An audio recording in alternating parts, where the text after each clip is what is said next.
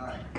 Now, what a joy it is. This is our first time to be here, Bruce and I, and we just really want to thank you for the warmth and hospitality you've extended to us. And we really had a lot of fun. The fellowship between all of you has been exciting and enjoyable. Getting to know each other. Hold it closer. Oh, that's better? Okay. All right. Getting to know each other, of course, is a vital thing. But if you really want to get to know me, you've got to put yourself into an airplane. And so think of yourself on an absolutely pristine morning, right after sunrise, not a cloud in the sky, and this gorgeous green carpet below you. Okay? You're all by yourself in this airplane. But instead of the airplane cruising along, the airplane is upside down. And instead of the airplane flying, the airplane is falling. When an airplane falls, a couple of things happen. The first is that it begins a rotary motion like this. The second is the nose pitches up and down like this. And I don't care how much money you have, you cannot buy this ride at Disney World. Okay? Now, I neglected to tell you that you were starting all this about 2,500 feet. The manufacturer of this airplane says never get involved in what's called an inverted spin. Never do this because the stresses on the airplane are so great it will literally come apart. But you're blessed. You're sitting on one of the really great ejection seats that was built. And we're still falling, so if you pull that ejection seat out, you're going to go directly into that green carpet down below you. And I forgot to tell you that. The green carpet was a very hostilely controlled area in Vietnam, controlled by the Viet Cong, triple canopy jungle, and you did not want to be down there. Okay? Now, this airplane is completely armed, and what I'm telling you is a true story of me in 1969. I was First Lieutenant David Parsons. I was 24 years old, and I did 2 years of flight training. The first to get my wings, and the second in 2 different fighters, learning fighter tactics and how to coordinate things with the Army.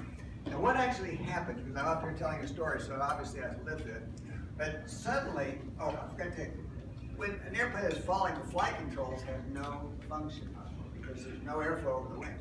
So what actually happened was the nose pitched down, and when it did, the airplane began flying, getting flying speed, and then I was able to pull it out before it back to the ground, the triple canopy jungle. Now everybody on the ground is firing at me, so I've got to work the airplane back up to a safer altitude, and I finally get back to a safer altitude. What do you suppose my first thoughts were? There you go. I need to do my pants. I'm a good pilot. What I thought was I have been in an unsalvageable situation, and I saved that airplane. Therefore, I must really be good. And it was the beginning of what I call the attitude. And the attitude was that I was something really special in an airplane. And over the course of that year, there would be many more opportunities where that attitude would grow. I took off and landed on 450 combat missions in Vietnam. And the attitude continued to grow. Now, you now know that I'm a fighter pilot.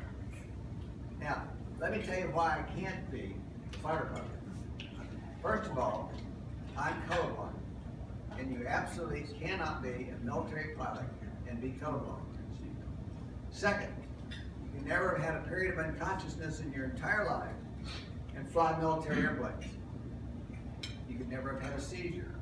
When I was a little kid, I had 5 seizures with prolonged periods of unconsciousness to follow. You can never be on big, strong anticonvulsant medicines. And for 10 years, I was on phenobarbital. And finally, I wear glasses. And you cannot start pilot training as a second lieutenant wearing glasses. And there's a very humorous set of stories, which takes me about 4 beers to finish to tell you how I got through color vision, seizure disorder, glasses on.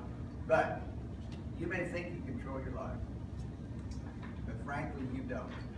There's no reason in the world why I should ever been allowed near an airplane. And yet I was absolutely meant to fly. Flying.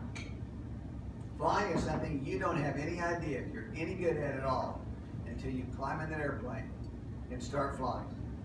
When I climbed in that airplane, it was just a perfect fit. We just blended together. And when I got my wings, I graduated at the top of my class, got to go to fighters. The first 2 fighter assignments I went to, I won the Top Gun Award in both airplanes. Now, I got sent to Vietnam. And when I went to Vietnam, the very first night that we were there, we were involved in but the very first night I was there, I learned that 3 of my classmates were already dead.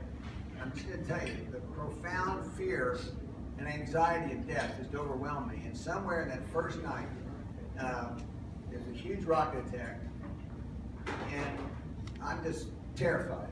But I truly wanted to pray, but it was like talking to that wall.